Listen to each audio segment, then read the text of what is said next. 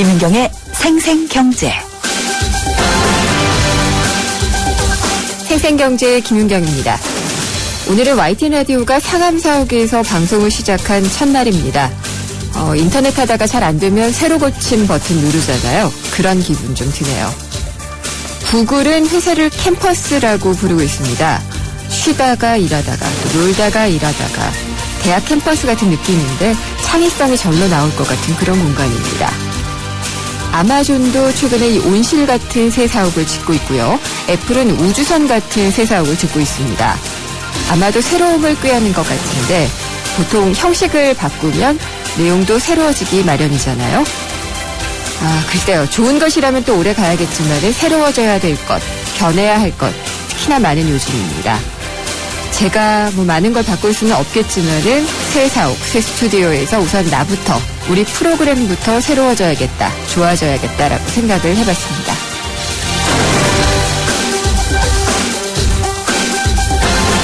상암시대를 맞아서요. 이번 주 생생경제에서는 역대 경제수장 그리고 국내외 석학분들을 모시고 한국 경제를 진단하고 또 심도 있게 경제 해법을 모색해보는 시간을 마련했습니다. 오늘 특별대담 YTN 라디오 상암시대 한국 경제를 진단한다는 첫 시간인데요.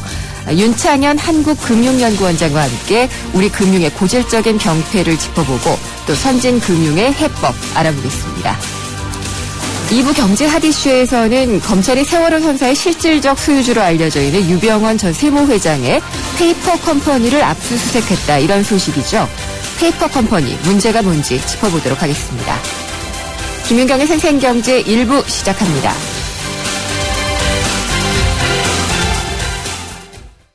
한때 보리 하나로 콜라와 싸워 전설이 되신 분이 계셨지. 국내 최초 보리탄 산업료로 콜라의 아성을 흔들었던 맥콜. 다 이슬 맛보리 맥콜. 골프장 예약 전화에 운명을 거는 시대는 끝났죠? 이제 골프장 예약은 골프전 부킹. 골프장 비교와 예약을 한 번에 골프전 부킹. 쉽고 빠른 골프전 부킹.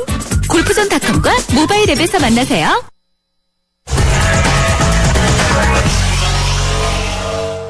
네, 오늘 증시 알아보겠습니다. SK증권 명동지점 김춘석 부장입니다. 안녕하십니까? 네, 안녕하십니까? 네, 오늘은 시장 어떻게 끝났나요?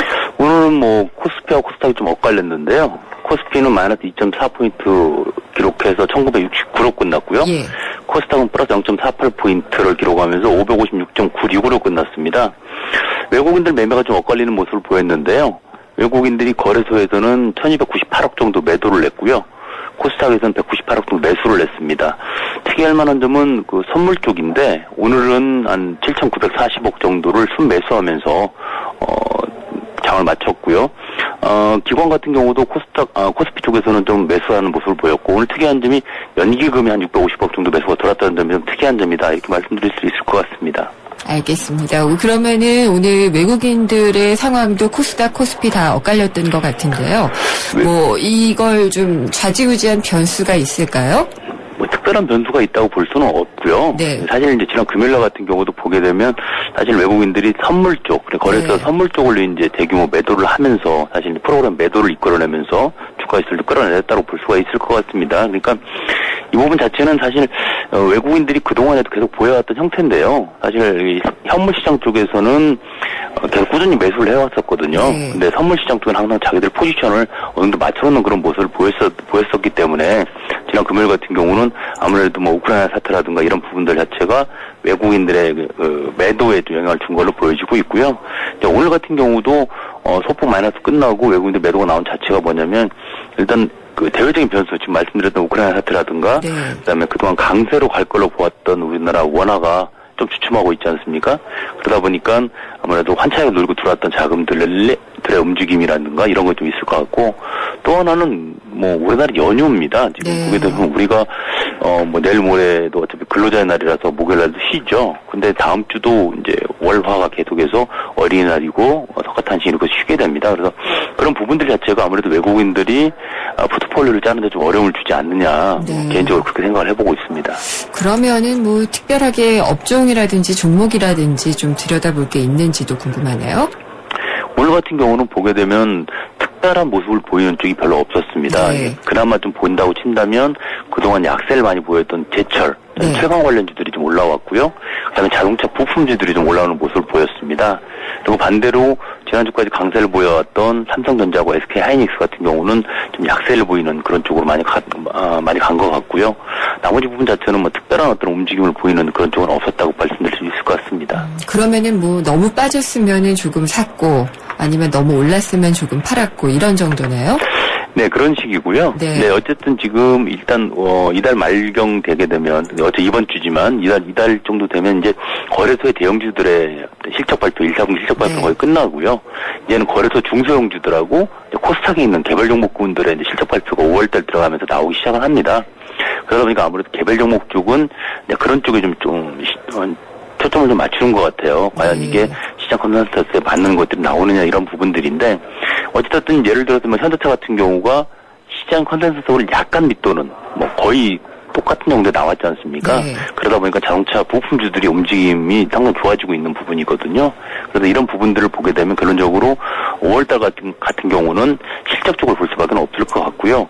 그다음에 또 한 가지는 미국 시간으로 29일, 30일 있을 FOMC입니다. 근데 여기서 뭐 100억 달러 추가 테이퍼링이 있을 거라고 얘기는 되고 있는데 중요한 건 이번 달에 하고 나면 5월 달에는 FOMC가 없습니다. 네. 그러다 보니까 시장에서 이제 나오는 말들 대부분 전망은 5월 달은 미국 시장 상당히 견조할 것 같다. 따라서 우리도 좀 거기에 같이 견조한 흐름으로 가지 않겠냐. 상승 네. 쪽으로 예. 이렇게 보는 것도 있는 것 같습니다. 아까 FOMC에서 100억 달러 테이퍼링이라고 얘기를 하신 게 네. 100억 달러 이제 회수하는 거 그대로 그냥 간다. 추가적으로 더 하는 안 하고. 거죠. 추가적으로 100억 달러를 더 100억 한다. 달러를 이제 예. 추가적으로 덜 사는 거죠. 쉽게 말씀드리면. 네네, 덜 사는. 그래서 결론적으로 만약 하게 되면 네. 근데 월 450억씩 시장에서 사들이게 되는 거죠. 즉 시장에서 사들이게 되는 물량을 100억 달러 줄이는 거죠. 알겠습니다. 네. 그러면은 지금 뭐 목요일부터 쉬게 되면은 거래일은 이틀 남았네요. 그렇습니다. 네. 금요일까지니까 3일 남았죠. 아, 내일 모레 네. 금요일 3일 남은 상태인데 목요일 날부터 벌써 쉬는 거로 생각을 해서. 대부분의 또 직장인들이 또 네. 2일날 쉬시는 분들도 많고요. 예. 그러면은 뭐 이번 주는 어떻게 좀 전략을 짜고 갈까요? 이번 주는 앞전에서 말씀드린 것처럼 될 수 있으면 현금을 좀 가지고 넘어가시기 좋을 것 같아요. 네. 그러니까 왜냐하면 우리는 쉬지만 다른 시장은 열리지 않겠습니까? 그렇죠. 뭐 물론 중국 시장도 뭐 쉬고. 쉬긴 하지만 네. 그래서 그런 걸 보게 되면 일단 될 수 있으면 현찰을 좀 많이 가지고 넘어가는 게 좋을 것 같다라는 말씀 드릴 수 있을 것 같습니다. 왜냐하면 다음 주죠. 벌써 다음 주인 5월 8일이 또 5월 옵션 만기일입니다. 아, 네. 그렇게 되다 보니까 그 기간 잘못하게 되면 이번 주 다음 주 2주 동안을 딱 걸려서 네. 스탑된 상태에 넘어갈 수가 없는 그런 상황이 생길 수도 있거든요. 그렇군요. 그래서 일반 투자하시는 분들 같은 경우는 될 수 있으면 좀 현금을 좀 많이 들고 좀 속편하게 연휴 쉬시는 게 낫지 않겠나 생각합니다. 알겠습니다. 예, 말씀 잘 들었습니다. 감사합니다. 네, 감사합니다. SK증권 명동지점 김춘석 부장이었습니다.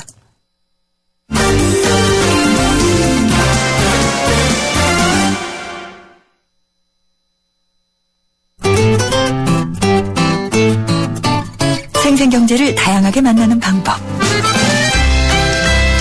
YTN 라디오 앱 예스와 웹사이트 김은경의 생생경제 또는 트위터 YTN_이코노미로 실시간 듣기와 다시 듣기를 하실 수 있고 방송 내용에 대한 문의와 의견을 주실 수 있습니다.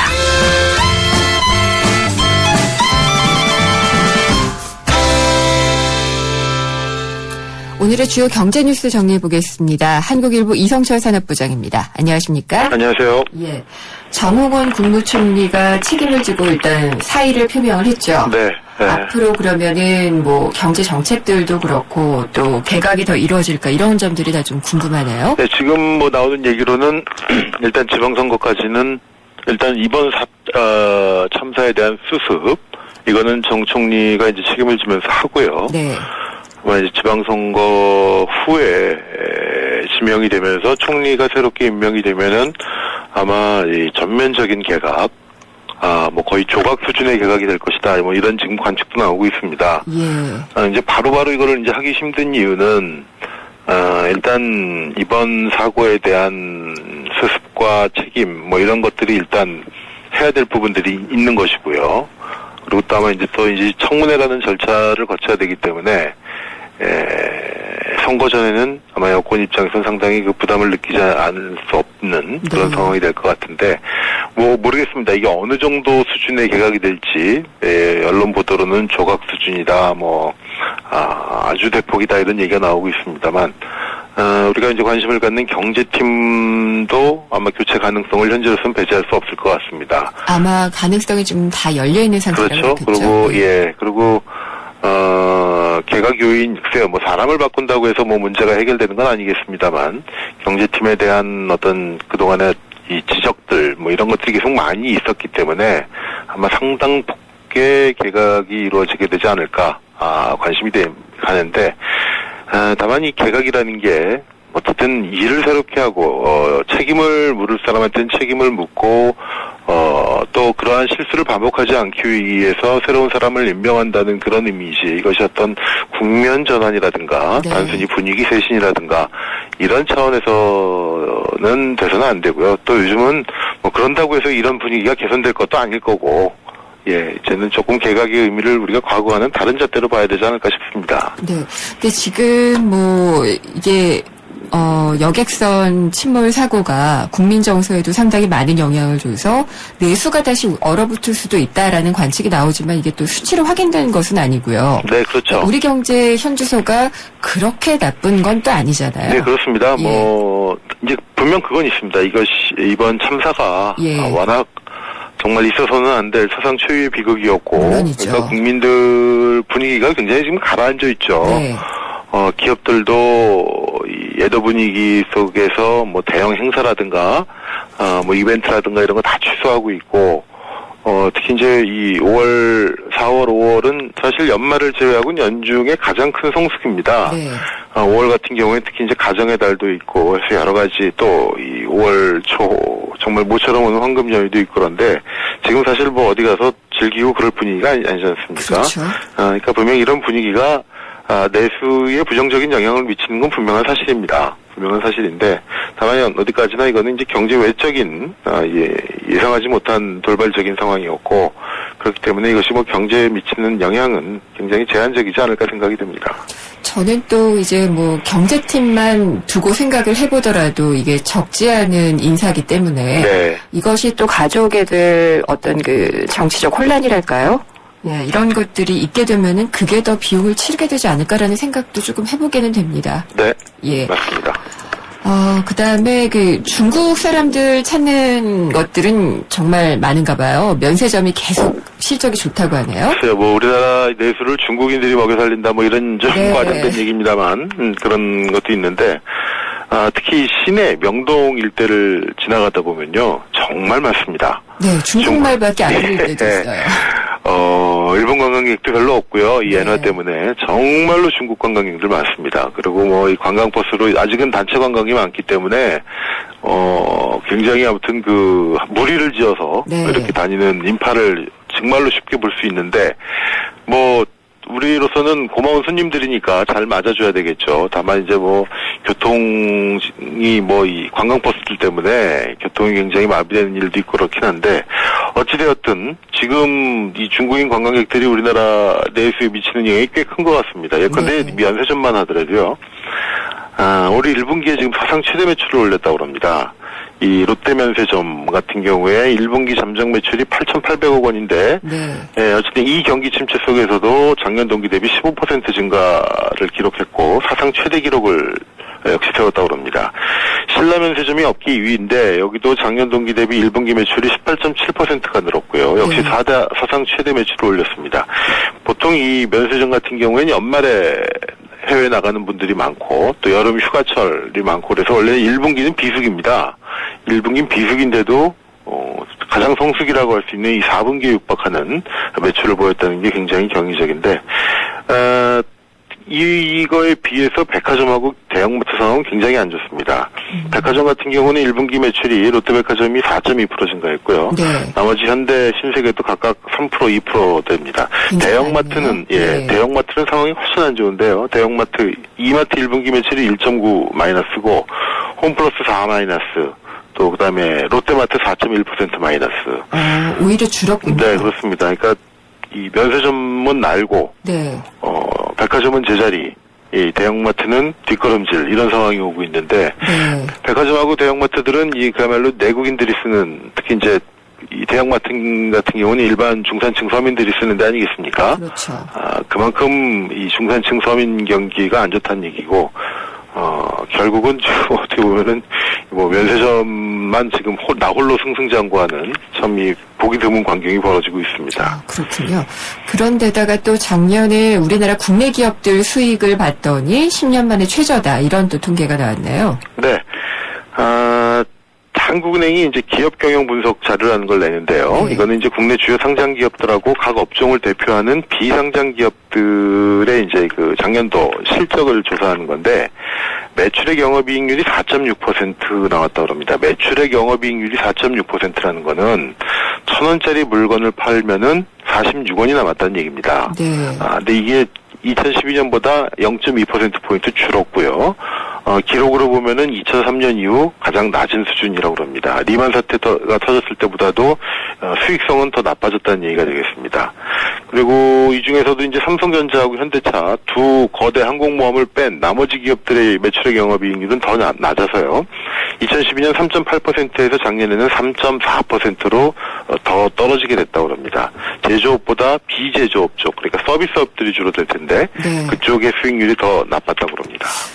이런 것들은 어떻게 올려야 될지 좀 분석을 다시 한번 좀 해봐야 되겠네요. 네. 예, 오늘 말씀 잘 들었습니다. 네. 감사합니다. 한국일보 이성철 산업부장이었습니다.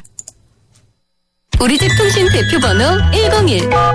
TV지를 101로 인터넷을 101로 문보이도 101로 모두 가입해 CCTV만 봐도 101로 함께 101. 우리 집 통신은 101로 모두 다 해결해요. LG U+. 지금 휘센을 켜보세요. 그리고 크게 숨을 쉬어보세요. 차갑게 불어오는 빠르고 힘센 바람이 당신을 알래스카의 자연으로 데려다줍니다. 이 시원한 느낌 그대로 LG 휘센. 한화도시개발 리포터 김세연입니다. 저는 지금 경기 화성 바이오밸리에 나와 있는데요. 시와 반월 공간에서 톨게이트 하나거리. 우선 입지 좋고요. 경기 남부에서 3.3제곱미터당 150만 원대 산업단지. 이거 시의원님들 서두르셔야겠는데요. 경기 화성 바이오밸리에서 전해드렸습니다. 분양문의 1599-0170.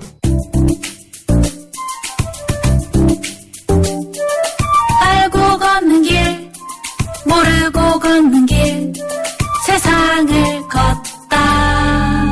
김윤경의 생생경제.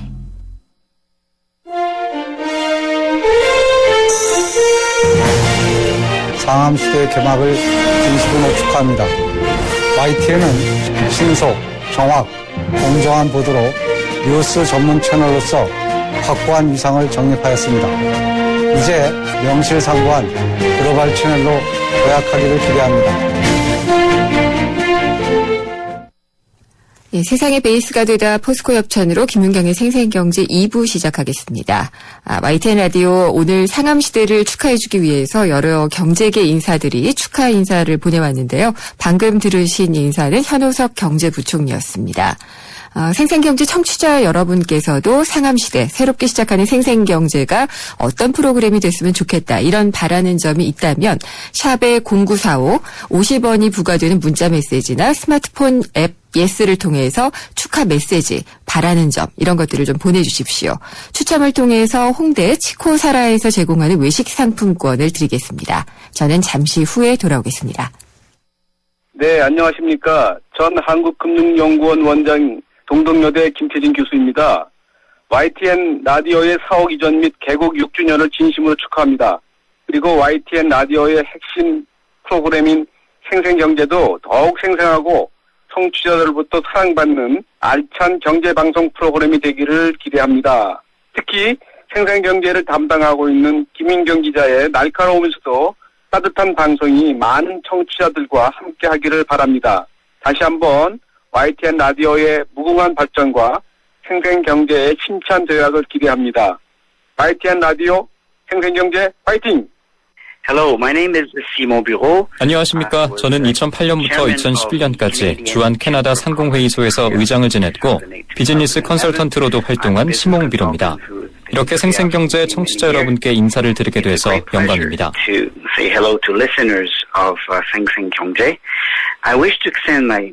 YTN FM의 상암시대 개막과 본 개편을 진심으로 축하드립니다. 특히 생생경제팀 김윤경 MC와 모든 스태프들을 응원합니다.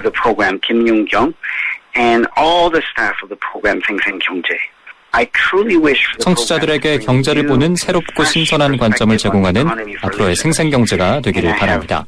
그리고 김윤경 MC는 그것을 이룰 수 있다는 것을 저는 확신합니다. 축하드립니다. 그리고 성공을 기원합니다.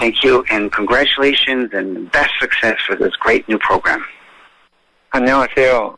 생생경제 청취자 여러분, 국민경제자문회의 현정택 부의장입니다.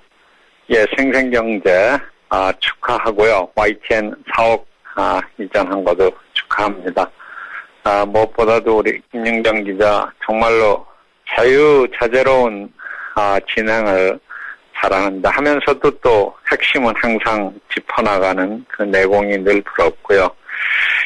생생경제가 뉴스만 생생하게 진행되는 게 아니라 또 이것을 통해서 우리 한국 경제 자체가 문자 그대로 생생하게 정말 살아날 수 있게 되기를 바랍니다. 감사합니다. 20년차 경제 전문 기자 김윤경 기자가 전하는 알기 쉬운 경제 이야기. 김윤경의 생생경제. 여러분, 잘생겼다는 말 지금까지 몇 번이나 들으셨어요? 아니, 얼굴 말고요. 우리 모두 이 세상에 잘생겨났잖아요. 서로 잘생겼다 칭찬해 주자고요. 잘생겼다 LDA SK텔레콤. 네, 붉은 머리 오목눈이, 또 SL 플러스 키솔루션. 오늘 아침 뉴스 보신 분들이면은 다 아실 겁니다. 이게 세월호 선사인 청해진 해운의 실소유주인 유병원 전 회장이 설립한 페이퍼 컴퍼니 이름들입니다. 특이하죠? 네, 검찰은 이 페이퍼 컴퍼니를 통해서 유병원 전 회장이 수백억 원대 비자금을 조성한 것으로 보고 수사를 진행을 하고 있는데요. 페이퍼 컴퍼니, 우리가 껍데기만 남은 회사다 이런 건 다 알고는 있는데 이게 어떻게 만들어지는 것이고 또 이걸 통해서 비자금은 어떻게 조성이 되는 것인지 여기에 대해서도 큰 관심이 쏠리고 있습니다. 좀 알아보려고 하는데요. 경제개혁연대 이지수 변호사 전화로 연결되어 있습니다. 안녕하십니까? 예, 안녕하십니까. 예. 페이퍼 컴퍼니, 서류상으로만 존재하는 회사다. 이렇게는 알고 있는데요. 이게 어떤 건지 좀 알려주시죠. 글쎄요, 방금 말씀하신 것처럼 페이퍼 컴퍼니라고 하는 것은 이제 물리적인 형태를 가지고 있지 않고, 그러니까 직원을 둔다거나 사무실을 갖고 있거나 이런 식의 형태의 회사가 아니라 네. 그냥 서류상으로만 존재하는 그런 회사들을 말하는 것입니다. 대개는 부정적으로 이용이 되는 것 같아요. 글쎄요, 이제 그 부분에 대해서 이제 논란이 좀 많은데요. 네. 지난번에 왜 뉴스타파에서도 이제 크게 이슈가 됐던 페이퍼 컴퍼니 해외 이제 탈세 지역에 이제 페이퍼 컴퍼니가 문제가 많이 되는데요. 사실은 좋은 방법으로 사용되고 있는 페이퍼 컴퍼니들도 많이 있는 것은 사실입니다.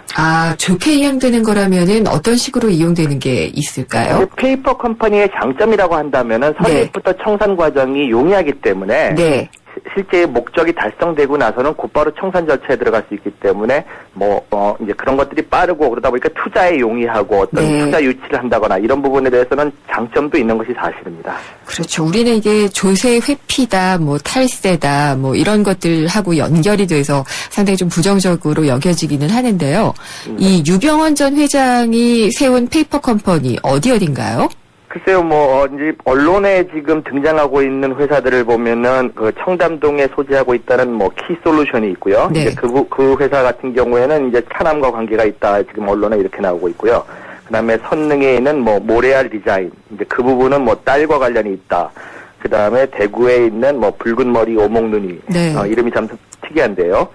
이제 그런 것이 있고 장남이 소유하고 있는 SL 플러스 이런 회사들이 지금 압수수색 영장을 발부받아서 지금 수색 단계에 있는 회사들입니다. 최소한 서너 곳은 되는 거네요. 네. 최소한 서너 곳은 지금 설립을 네, 뭐 해둔 지금 게 언론에 거죠. 지금 오르내리고 있는 것만도 한 서너 개가 되고요. 아마 조사가 더 이루어지면 이보다 훨씬 많은 이제 페이퍼 컴퍼니들이 등장할 것으로 예상하고 있습니다. 네. 뭐 서두에도 말씀을 나눴습니다만은 항상 이게 세금을 피하고 혹은 뭐 불법적으로 비자금을 조성하고 이런 것들이 항상 이곳을 통해서 많이 이루어지고 있더라고요. 그렇습니다. 이제 페이퍼 컴퍼니가 아까도 말씀드렸듯이 설립도 쉽고 이제 청산도 쉽다 보니까 좋게 이용하려면 얼마든지 좋게 이제 경영적인 기법으로서 이용할 수가 있는데 네. 또 어떤 규제의 느슨한 측면에 이제 있다 보니까 이제 아까처럼 악용되고 탈세 내지는 불법적인 어떤 도구로서 사용될 수 있는 여지도 상당히 많은 어떻게 보면 창의 이제 양날과 같은 그런 관계에 있다고 보겠습니다. 그러면은 탈세나 뭐 세금을 좀 피하기 위해서는 그렇게 세금을 적게 내는 곳, 조세 회피처 같은 데다가 이 회사를 세우는 건가요?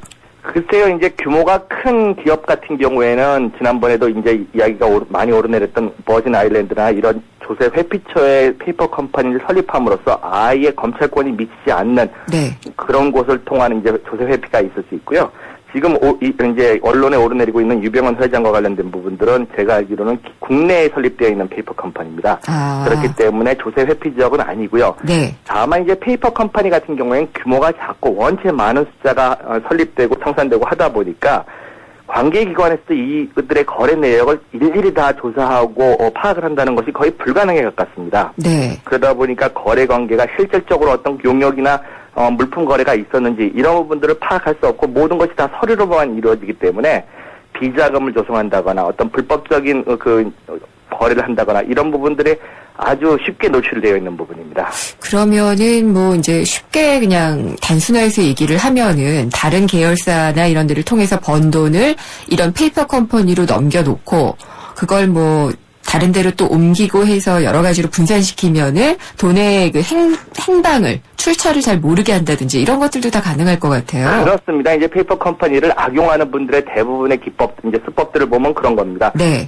저희가 이제 속된 말로 여러 쿠션을 돌린다고 하죠. 회사들을 몇 개를 회사를 설립하는 것은 비용도 적게 들고 아주 용이한 일이기 때문에 몇 개의 회사를 이제 거래를 이제 쭉 하다 보면은 결국은 그 꼬리가 이제 흐려지고 실질적으로 어떤 거래가 이루어졌는지 안 이루어졌는지를 추적하기가 무척 어렵게 됩니다. 그런 이제 부분들을 이용한 게 되겠죠. 그러면은 지금 유 전 회장의 페이퍼 컴퍼니 같은 경우에 이제 검찰의 수사가 들어갔는데요. 네네. 증거가 어느 정도 확보가 된 건가요? 아니면 증거를 확보하기 위해서 수사를 하고 있는 건가요? 글쎄요, 일단은 어느 정도 혐의점은 가지고 이제 압수수색은 진행된 걸로 알고 있는데요. 그 부분이 이제 좀 더 장부를 들여다보고 면밀하게 거래 관계를 들여다보면은 훨씬 더 많은 거래들이 구체적으로 드러날 거라고 생각을 하고 있습니다. 네.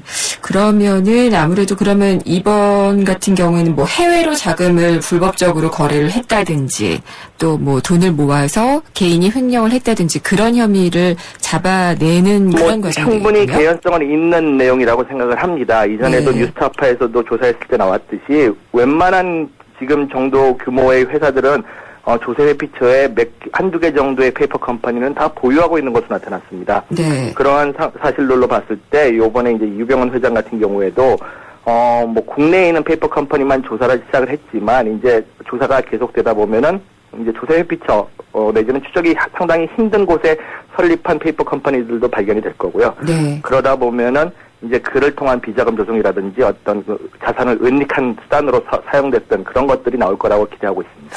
그리고 이 페이퍼 컴퍼니 같은 경우에는 보통 기업들 같은 경우에 감사를 받잖아요. 이런 기업들도 뭐 형식적이나마 감사를 받아야 되나요? 회계에 대해서? 그렇지 않습니다. 이제 감사라고 하는 것은 일정 규모 이상의 회사인 경우에만 감사를 받도록 되어 있기 때문에요. 회사가 크지 않은 경우에는 감사를 굳이 외부 감사를 받지 않아도 되는 거고요. 네. 이제 이런 경우에 페이퍼 컴퍼니 같은 경우 사실 비상장 회사 같은 경우에는 시장의 감시 내지는 어떤 관계 당국의 감시가 상당히 소홀한 측면이 있습니다. 네. 그러다 보니까 이제 규모가 크지 않은 경우에 페이퍼 컴퍼니들을 이용한 탈법적인 어떤 수단으로 이용되는 그런 사례가 아주 많이 발견되고 있습니다. 그러니까 이게 존재하기만 하는 거고 서류나 이런 것들은 얼마든지 꾸며도 감시도 안 받고 감사도 안 받게 되는 거잖아요. 이제 그런 것이 이제 법의 허점이라고 할 수 있겠죠. 그러니까 그 원체 많다 보니까 또 이제 그런 것들을 악용하고 이러는데도 감독기관이나 시장의 감시를 벗어날 수 있고 그러다 보니까 이제 개인적인 어떤 은닉 자산을 숨기는 어떤 수단으로 이용되거나 이런 부분들이 계속 있고요. 이게 악순환되고 있는 그런 상황입니다, 지금은. 그러면 이런 혐의가 다 증거로 인해서 적발이 될지도 좀 의구심이 드는데요. 이제 검찰 같은 경우에 기존에도 페이퍼 컴퍼니를 통한 수사는 많이 해봤기 때문에 이제 그 거래 관계들을 파악하는 데는 뭐 그렇게 큰 어려움이 없을 거라고 생각을 합니다. 다만 전제는 그 모든 거래들이 국내에서 일어났다고 한다면은 그 관계가 명확하게 잘 드러나겠지만 이제 이게 해외 부문으로 넘어가게 되면은 상대국의 어떤 협조를 얻어야 되고 그로부터 또 자금이 어떻게 흘렀는지를 파악을 해야 되기 때문에 이제 그 부분이 조금 어려운 부분일 수 있고요. 사실 페이퍼 컴퍼니를 여러 개를 설립을 해서 거래를 했다 하더라도 검찰 같은 경우에 이제 그 부분들을 파악하는데 아마 초점을 맞출 거라고 생각을 하고 있습니다. 그 작년에 이제 이것과는 별도로 국세청이 역외 탈세나 이런 것들을 잡아내겠다라는 의지를 가지고서 상당히 많이 역외 탈세를 잡아낸 걸로 알고 있어요. 그렇습니다. 근데 이런 경우에 유병헌 회장의 페이퍼 컴퍼니들 같은 경우에 그런 거를 이제 혐의를 잡아냈다, 증거를 잡았다라고 하면은 뭐 국가가 뭐 주체가 누가 되든 압수할 수 있는 건가요? 글쎄요, 이제 그 부분은 그렇게 쉬운 것만은 아닙니다. 이제 어떤 세금을 탈루하기 위한 목적으로 페이퍼 컴퍼니를 이용했다라거나 어떤 불법적인 측면이 있다면은 당연히 이제 수사를 해가지고 불법에 대해서 추징을 할 수 있고 하겠지만 지금 요번에 있었던 불행한 사건과 직접적인 어떤 책임을 묻기 위해서 유병헌 회장과 그 일가들이 가지고 있는 계열사 내지는 페이퍼 컴퍼니에 직접적으로 손해배상을 청구하기는 쉽지만은 않습니다. 네. 안타깝게도요. 그러면 그렇지만 이제 예를 들어서 뭐 외환관리법 위반이라든지 횡령이라든지 배임이라든지 내지는 다른 법을 적용을 해가지고 그런 부분들에 대한 책임은 충분히 물을 수 있겠죠. 보통 그렇게 해서 압수가 됐다. 국가가 압수를 했다. 그러면은 그 돈의 용처는 어떤 식으로 정해지나요? 혹시라도 좀 이번에 피해를 입은 그런 분들에게 조금이라도 전해질 수 있나 해서요. 글쎄요, 뭐 그렇게 직접적으로 위로금의 형태로 지급될 수 있는 것은 아니고요. 뭐 국회가 특별법을 만들지 않는 이상은 일단은 다 국가 재정으로 통합되도록 되어 있습니다. 일단 국가 재정으로 들어간 다음에 뭐 용처야 다시 한번 또 생각을 해보면 되겠군요. 네네, 그렇습니다. 그렇게 가져오는 게 문제죠. 네, 그렇습니다. 일단은 불법을 저질렀다라는 그 법리를 이제 개발을 해야 되고요. 혐의점을 잘 입증을 해야 될 거라고 생각을 하고 있습니다. 네, 잘 들었습니다. 오늘 말씀 감사합니다. 네, 감사합니다. 경제개혁연대 이지수 변호사였습니다.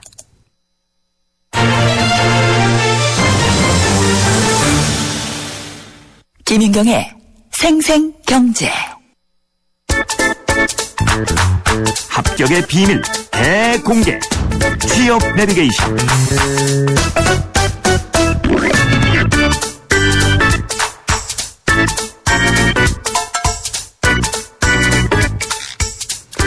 매주 목요일에 만나던 분인데 월요일에 만났습니다. 취업하기 어려운데 많은 정보 그리고 솔루션을 제공을 해주시는 분입니다. 인크루트 서미영 상무님 나오셨습니다. 안녕하십니까? 안녕하세요. 새 스튜디오 어때요? 좋은데요? 어색하시죠? 어색한데 왠지 짜장면 먹어야 될 것 같고. 아, 예. 네. 새로운 느낌이라서 네. 저희도 모시게 돼서 좋습니다. 목요일에 감사합니다. 인기 코너잖아요. 진짜요? 네. 그래서 계속 우리가 취업에 대한 모든 것에서 막 총론, 강론 얘기를 하고 있는데 이번에는 정말 본격적인 면접 시즌이잖아요. 망치지 않을 수 있는 면접의 비법. 네. 뭐 잘하는 법까지도 아니고요. 망치지 않았으면 좋겠다. 이런 생각들을 많이 하거든요. 네. 근데 면접하는 유형도 상당히 많이 바뀌었죠. 그렇죠. 그러니까 이달 들어서 이제 그 상반기 공채의 입사 지원 전형이 끝나고 이제 면접으로 올라가는 이제 기업들이 좀 많이 늘었는데요. 세월호 사건 때문인지 최근에 이제 구직 활동의 인터넷 트래픽을 좀 보면 전주에 또한 7% 이렇게 좀 빠지는 경향들이 좀 있는 것 같더라고요. 그렇군요. 네, 뭐 그럼에도 불구하고 뭐 또 취업 전선은 계속되고 있는 것 같고요. 지금 본격적으로 이제 면접 시즌이다라고 해도 과언이 좀 아닙니다. 근데 제가 이 시간에 설명을 드렸던 것처럼 최근에 채용이라는 것이 서류 전형은 간소화되고 스펙에 대한 평가 비중이 주는 대신 면접에 대한 비중이 점점 더 늘어나고 있다라고 한번 소개를 드린 적이 있는데요. 특히 기업 채용에서 나오는 면접 질문이 단순하고 예상 가능한 그런 단답형 대신에 미리 좀 가늠하기 어렵고 심층적인 질문들이 좀 대세가 이루어지고 있는 것 같습니다. 성적이 좋은 지원자보다는 실질적으로 조직에 잘 융화되고 협력을 통해 성과를 낼 수 있는 역량을 면접으로 파악하기 위해서이기 때문인데요. 네. 그렇기 때문에 이 질문이 복잡해지고 질문이 또 복잡할수록 의도가 또 복잡해지고 그래서 이걸 좀 미리 먼저 파악을 하고 네. 합리적인 답변을 하면서도 자세와 태도 등의 질문 외적인 부분을 신경 써야 하는 우리의 취준생들 굉장히 어려워요.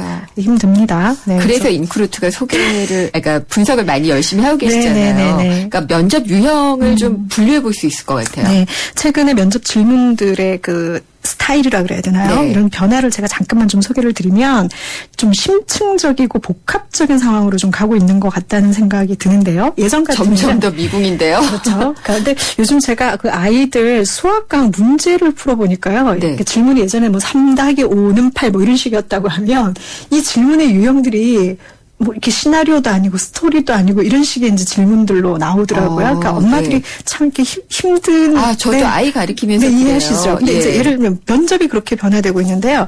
자원이나 재화의 효율적인 분배 방법을 뭐 설명해 보시오라고 이제 예전에 질문을 했다고 하면 이것이 당신이 산타라면 하룻밤에 전 세계 아이들에게 선물을 나눠주기 위해서 어떻게 해야 할까? 영업 능력이 뛰어납니까? 뭐 예, 아니요 이렇게 답변할 수 있는 것을 요즘 또 어떻게 하냐면 우산 100개 줄 테니까 면접관에게 한번 팔아보세요. 뭐 라는 질문이라든지 이런 이제 그 질문들이 좀 이렇게 좀 복잡해진다고 그래야 되나요? 심층적이어져야 된다 그러나 이런 이제 효과들이 있고요. 본질을 이해하지 못하면 답을 할 수가 없는 경우죠. 네네네. 3-5는 뭐 8이 직관적으로 하던 걸. 그런 것을 이제 의도도 이해해야 되고 배경도 이해해야 하는 그런 이제 질문들이 이제 좀 나오고 있다라고 이제 설명을 드릴 수 있고 또 하나는 좀 복합적인데요. 따로따로 떼어서 물었던 것을 다른 측면과 좀 연결해서 묻는 조합형 질문들도 최근에 또 특징 중에 하나인데 우리 회사가 추구하는 가치는 무엇인가?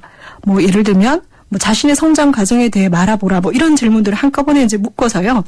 우리 회사가 추구하는 가치 중 하나를 골라서 자신의 경험과 결부시켜 말해보세요. 뭐 예를 들면 어려워라. 네네네. 이제 이런 이제 이 복합적인 질문들도 최근에 좀 트렌드인 것 같긴 합니다. 그래서 판에 박힌 뻔한 질문 대신 최신 이슈를 물어봄으로써 얼마나 또 객관적이고 합리적인 지식, 시각 무엇보다 이런 것들을 갖추고 있는지를 평가하는 것이 요즘 면접의 또 다른 특징 중에 하나가 되겠습니다. 그러면은 이렇게 면접이 조금 더 심층적이고 이렇게 복잡해지고 있는 그런 이유는 뭘까요?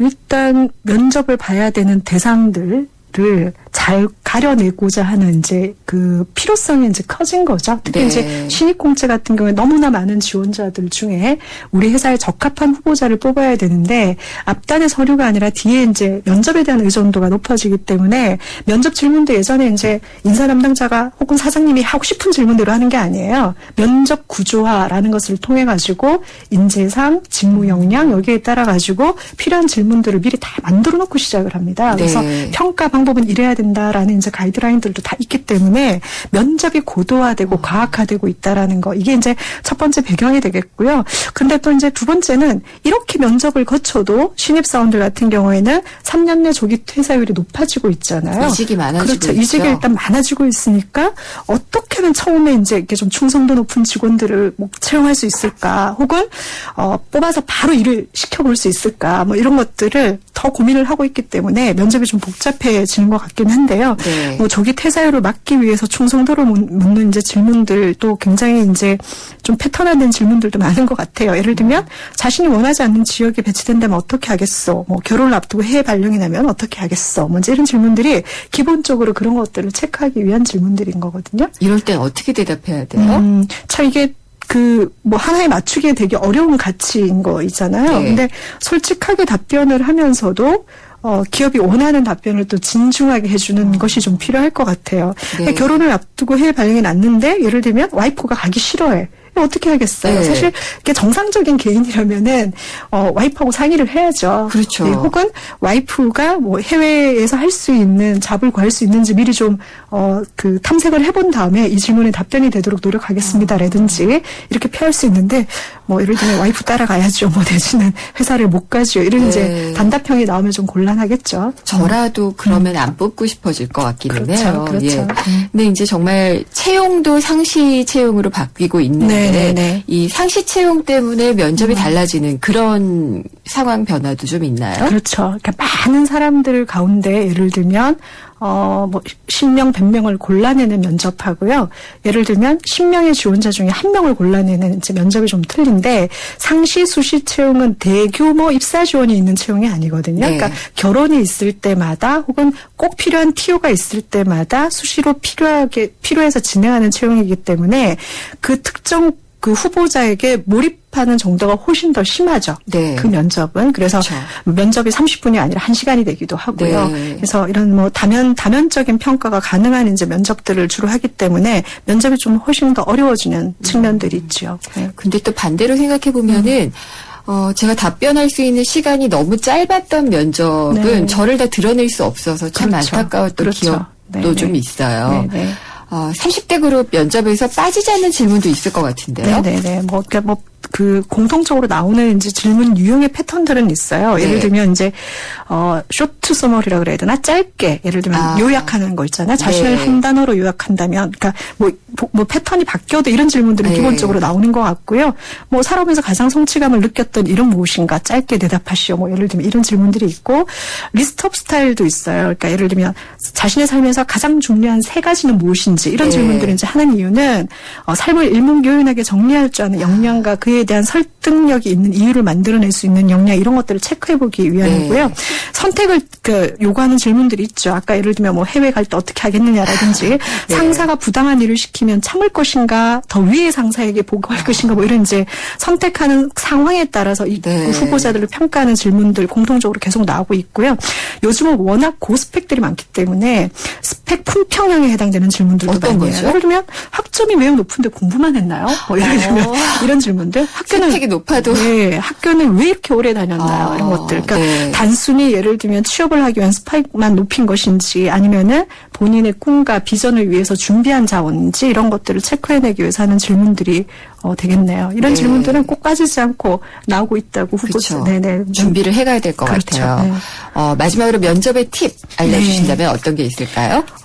기본적으로 면접이라는 거는 본인을 파는 거다라는 것들을 아셔야 되고요. 네. 그러니까 판다는 행위를 잘 생각해 보시면은 구매자가 누구인지를 이해하는 것이 처음이다. 그렇죠. 예, 그래서 내가 가지고 있는 것 중에 무엇을 팔아야 되나, 비싼 걸 팔아야 되나, 싼 걸 팔아야 되나, 사과를 팔아야 되나, 배를 팔아야 되나, 네. 원산지가 국내산인 걸 팔아야 되나, 뭐 해외산인 네. 걸 팔아야 되나, 이런 이제 판단이 있어야 되는 것처럼 면접이라는 건 기본적으로 주어진 시간 안에 나를 구슬로 어쨌든 파는 것이다라는 것이 이력서 자소서와 좀 다른 측면이다라고 얘기를 드릴 수 있을 것 같고요. 네. 신입은 가능성을 파는 거예요. 경력이 없기 때문에. 네. 근데 경력은 경력을 파는 거라는 걸 기본적으로 좀 이해하실 필요가 있고요. 뭐 에티켓 같은 것들은 뭐 많이들 아실 것 같은데 지각하시지 말고요. 네. 대기실에서 스마트폰 좀 멀리 하셔야 되고요. 네. 바로 생각나지 않으면은 멈칫하시지 말고 3초 정도 생각하고 알겠습니다. 대답해도 다 이해하신다는 거. 네. 노련해질 필요가 있네요. 네. 오늘 말씀 감사합니다. 감사합니다. 인크루트의 서미영 상무였습니다. 지금 휘센을 켜보세요. 그리고 크게 숨을 쉬어보세요. 차갑게 불어오는 빠르고 힘센 바람이 당신을 알래스카의 자연으로 데려다줍니다. 이 시원한 느낌 그대로 LG 휘센. 포카리 스웨트 블루라벨 캠페인. 라벨을 벗기는 것만으로도 재활용은 더 많아지고요. 지구는 더 깨끗해질 거예요. 게다가 행운의 선물까지. 블루라벨 대단하죠? 지금 블루라벨 캠페인에 동참해주세요. 내 몸에 가까운 물 포카리 스웨트. 행사 기간은 8월 17일까지. YTN 라디오 상암으로 들어왔는데요. 많은 분들이 축하 메시지 보내주셨습니다. 감사합니다. 샵의 0945 휴대전화 문자 메시지로 보내주신 분들 가운데서 끝에 번호가 9414님. 생생경제 진행자님, 소프트한 음톤과 칼날 같은 멘트 계속 파워풀하게 보존하세요. 응원할게요. 알겠습니다. 5278님, 김은경님, 저는 개인 택시하는 기사입니다. 상암시대 진심으로 축하드립니다. 하셨습니다. 또 스마트폰 애플리케이션 예스로 보내주신 축하 메시지도 있는데요. 0882님, 생생경제 YTN 입성을 축하드립니다. 화이팅 하셨습니다. 감사합니다. 이분들 중에 추첨을 통해서 외식 상품권 보내드리도록 하겠습니다. 3부에서는 특별 대담이 마련되어 있는데요. 한국경제진단 기대해 주십시오. 내시 뉴스 듣고 돌아오겠습니다.